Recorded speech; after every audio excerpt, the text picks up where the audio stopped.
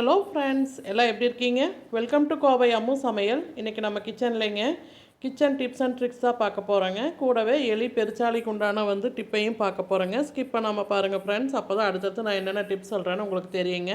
இப்போ first tip என்னென்னு பார்க்கலாங்க. ஃபஸ்ட்டு டிப் பார்த்தீங்கன்னா, இந்த மாதிரி நம்ம வீட்டில் தேங்காய் யூஸ் பண்ணிவிட்டு பாதி மூடி அப்படியே வச்சுருவாங்க. அந்த பாதி மூடி கெடாமல் இருக்கிறதுக்கு இந்த ஒரு பொருளை மட்டும் போட்டு பாருங்கள்.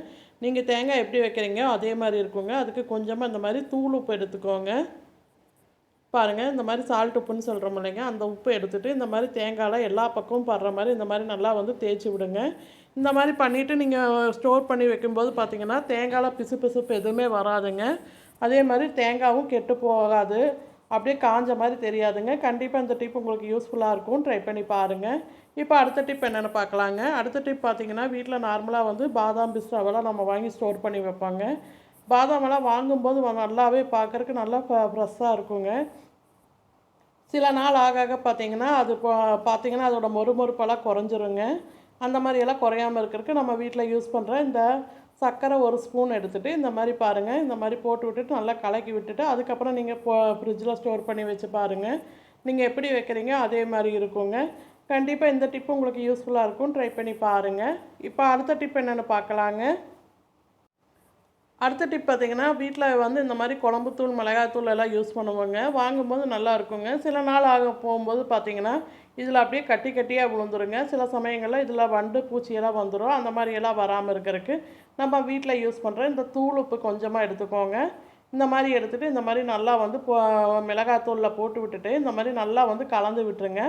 கலந்து விட்டுட்டு அதுக்கப்புறம் நீங்கள் யூஸ் பண்ணிங்கன்னா அந்த மிளகாத்தூளோட கலரும் மாறாதுங்க. அதே மாதிரி மிளகாத்தூள் கட்டியும் விழாதுங்க. கண்டிப்பாக இதுவும் உங்களுக்கு யூஸ்ஃபுல்லாக இருக்கும், ட்ரை பண்ணி பாருங்கள். இப்போ அடுத்த டிப் என்னென்னு பார்க்கலாங்க. இப்போ விலை கம்மியான சமயத்தில் பூண்டெல்லாம் வாங்கி அதிகமாக ஸ்டோர் பண்ணி வைப்போங்க. எப்பயுமே நம்ம பூண்டு வாங்கினோம்னா இந்த மாதிரி முழு பூண்டாக அப்படியே வச்சுருவாங்க. இந்த மாதிரி வைக்கும்போது என்ன ஆகும்னு பார்த்தீங்கன்னா, ஒரு பூண்டு விலை கெட்டு போயிருந்தால் கூட அந்த முழு பூண்டுமே அழுகுன மாதிரி ஆயிருங்க. அந்த மாதிரி எல்லாம் ஆகாமல் இருக்கிறதுக்கு இந்த மாதிரி பூண்டு பல்லை ஒவ்வொன்றா தனித்தனியாக பிரித்து வச்சுருங்க. பாருங்கள், இந்த மாதிரி ஒவ்வொரு பீஸாக நம்ம பிரித்து வைக்கும்போது பார்த்திங்கன்னா பூண்டு எப்பயுமே உங்களுக்கு நல்லா ஃப்ரெஷ்ஷாகவும் இருக்குங்க. இதுலேருந்து ஒரு பூண்டு கூட அழுகவும் செய்யாதுங்க. கண்டிப்பாக இந்த டிப்பு உங்களுக்கு யூஸ்ஃபுல்லாக இருக்கும், ட்ரை பண்ணி பாருங்கள்.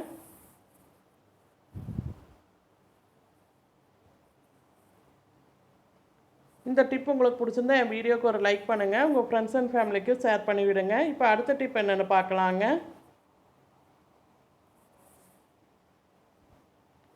அடுத்த டிப் பார்த்திங்கன்னா, நம்ம வீட்டில் சின்ன வெங்காயமாகட்டுங்க பெரிய வெங்காயமாகட்டும் வாங்கி விலை கம்மியாக இருக்கும்போது இந்த மாதிரி அதிகமாக வாங்கி ஸ்டோர் பண்ணி வைப்போங்க. சில சமயங்களில் இதில் அப்படியே பார்த்திங்கன்னா முளைச்சி வந்துடுங்க. ஒரு சில வெங்காயம் பார்த்திங்கன்னா உள்ளேயே லைட்டாக அழுகியிருந்தால் கூட அந்த வெங்காயத்தினால எல்லா வெங்காயமும் அழுகி போயிருங்க. அந்த மாதிரியெல்லாம் இல்லாமல் இருக்கிறதுக்கு இந்த மாதிரி ஒரு நியூஸ் பேப்பரை கீழே போட்டுக்கோங்க. கூடையில் போட்டுட்டு இந்த மாதிரி வெங்காயத்தை எடுத்து அது போட்டு வச்சிங்கன்னா வெங்காயத்தில் இருக்கிற ஈரப்பதத்தை பூராமே இந்த பேப்பர் இழுத்துருங்க. அதனால் வெங்காயம் நீங்கள் எப்படி வைக்கிறீங்களோ அதே மாதிரி இருக்கும். கண்டிப்பாக இந்த டிப்பு உங்களுக்கு யூஸ்ஃபுல்லாக இருக்கும், ட்ரை பண்ணி பாருங்கள். ஃபஸ்ட் டைம் என் வீடியோ பார்க்குறவங்களா இருந்தீங்கன்னா ரெட் கலர் சப்ஸ்கிரைப் பட்டன் அழுத்துங்க. பக்கத்தில் இருக்கிற பெல் பட்டனில் ஆளுன்னு கிளிக் பண்ணுங்கள். அப்போ தான் நான் போகிற ஒவ்வொரு வீடியோவோட நோட்டிஃபிகேஷன் உங்களுக்கு வருங்க. இப்போ அடுத்த டிப் என்னென்னு பார்க்கலாங்க.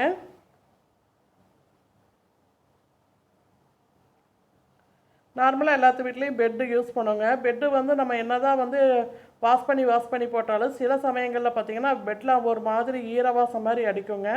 அந்த மாதிரியெல்லாம் வாசம் வராமல் இருக்கிறதுக்கு இந்த ஒரு பொருளை மட்டும் போட்டு பாருங்கள். இந்த தலகாணி வச்சுருக்கிற ஓரங்களில் இந்த மாதிரி கொஞ்சமாக பவுட்ரு போட்டு விடுங்க. இந்த மாதிரி பவுட்ரு போடும்போது என்ன ஆகும்னு பார்த்தீங்கன்னா பெட்லேருந்து எந்த ஒரு ஈரவாசமும் வராதுங்க. இதே மாதிரி எல்லா பக்கமும் நம்ம போட்டு விட்டுக்கலாங்க. கண்டிப்பாக இந்த டிப்பு உங்களுக்கு யூஸ்ஃபுல்லாக இருக்கும், ட்ரை பண்ணி பாருங்கள். இப்போ அடுத்த டிப் என்னென்னு பார்க்கலாங்க. அடுத்த டிப் பார்த்திங்கன்னா, இந்த ஒரு கொத்து கருவேப்பிலை இருந்தால் போதுங்க. நம்ம கையிலேருந்து எந்த ஒரு பேட் ஸ்மெல்லுமே வராதுங்க. வீட்டில் எப்பயுமே இந்த நான்வெஜ் எல்லாம் சமைக்கும் போது மட்டன் சிக்கன் மீனெல்லாம் கழுவும் போது கையில் எப்பயுமே ஒரு நான்வெஜ் வாசம் அடிக்குங்க. அந்த மாதிரியெல்லாம் வாசம் அடிக்காமல் இருக்கிறதுக்கு நீங்கள் என்ன தான் சோப் போட்டு கழுவுனாலும் வாசம் அடிக்குங்க. அதனால் நீங்கள் இந்த மாதிரி ஒரு கொத்து கருவேப்பிலையாக எடுத்துகிட்டு இந்த மாதிரி கையில் நல்லா உள்ளங்கையில் தேய்ச்சி கொடுத்தீங்கன்னா உங்களுக்கு சுத்தமாக அந்த நான்வெஜ் வாசமே கைகளில் விரல்கள்லாம் இருக்காதுங்க. கண்டிப்பாக இந்த டிப்பு உங்களுக்கு யூஸ்ஃபுல்லாக இருக்கும். ட்ரை பண்ணி பாருங்கள்.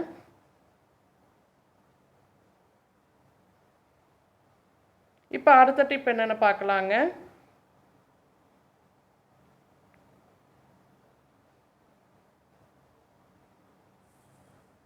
அடுத்த டிப் பார்த்திங்கன்னா, நம்ம வீட்டில் எலி அட்டகாசம் பண்ணிட்டு வர எலி பெருச்சாளிக்கு உண்டான டிப் தாங்க. இது ரொம்பவும் ஈஸியான டிப் தாங்க. அதுக்கு பாருங்கள், நான் இந்த மாதிரி ஒரு எக்ஸ்பரியான பேராசிட்டமல் மாத்திரை எடுத்து வச்சுருக்கேங்க. உங்கள்கிட்ட எந்த மாத்திரை இருக்கோ அந்த மாத்திரையை எடுத்துக்கோங்க. ஃபஸ்ட்டு இந்த மாத்திரையை இப்போ பவுட்ரு பண்ணி எடுத்துக்கலாங்க.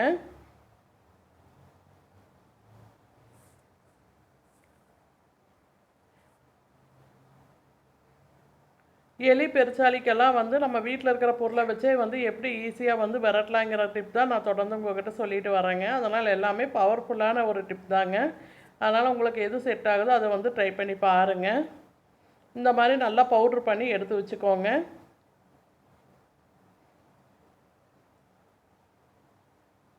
இப்போ அடுத்தது இது கூட நம்ம இன்னொரு பொருள் சேர்க்க போகிறோங்க. அது நம்ம வீட்டில் யூஸ் பண்ணுற மிளகு தூள் தாங்க. இந்த மிளகு தூள் வந்து இப்போ சேர்த்துக்கலாங்க.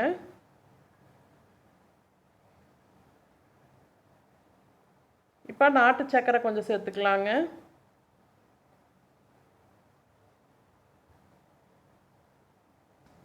இது கூட நம்ம வீட்டில் யூஸ் பண்ணுற கோதுமை மாவு, மைதா மாவு, எந்த மாவு வேணால் எடுத்துக்கலாங்க. பாருங்கள், இந்த மாதிரி ஒரு மாவு சேர்த்துக்கலாங்க.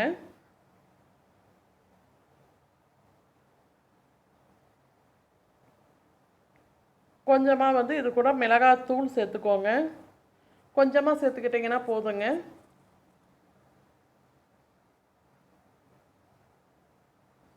இப்போ இது எல்லாத்தையுமே வந்து நல்லா மிக்ஸ் பண்ணிக்கலாங்க. இந்த மாதிரி நல்லா வந்து கலந்து விட்டுக்கலாங்க. கொஞ்சமாக தண்ணி ஊற்றி சப்பாத்தி மாவு பதத்துக்கு நல்லா வந்து கலந்து விட்டுக்கோங்க. உங்களுக்கு இந்த வீடியோவில் வந்து நான் 2 டிப்பு சொல்கிறேங்க. அதில் 2 டிப்பில் எது உங்களுக்கு ஈஸியாக இருக்கோ அந்த டிப்பை வந்து ட்ரை பண்ணி பாருங்கள். ரெண்டுமே வந்து உங்களுக்கு பவர்ஃபுல்லான டிப்பு தாங்க. பாருங்கள், இந்த மாதிரி சின்ன சின்ன பால்ஸாக வந்து உருட்டி எடுத்துக்கலாங்க.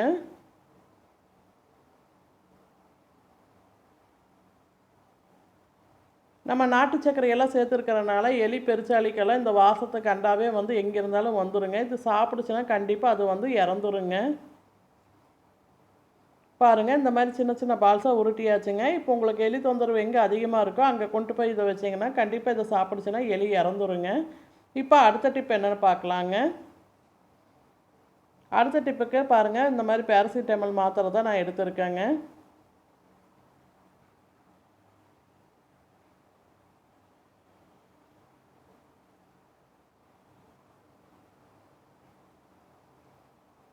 பாருங்கள், ஒரு 2 போல் இப்போ வந்து பேராசிட்டமல் மாத்திரை எடுத்துருக்கேங்க. இப்போ இதை வந்து நம்ம பவுட்ரு பண்ணிக்கலாங்க.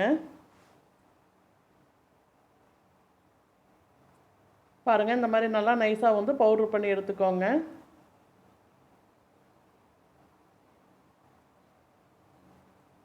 இது கூட நான் இன்னொரு பொருள் என்னென்னு பார்த்தீங்கன்னா அரிசி மாவு எடுத்துருக்கேங்க. பாருங்கள், இந்த அரிசி மாவை எடுத்துகிட்டு இந்த மாதிரி வந்து நல்லா வந்து கலந்து கொடுங்க.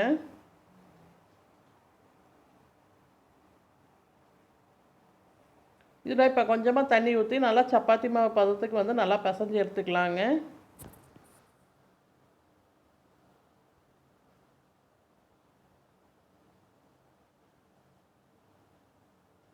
இப்போ சின்ன சின்ன உருண்டையாக மாவு வந்து பிடிச்சி எடுத்துக்கலாங்க.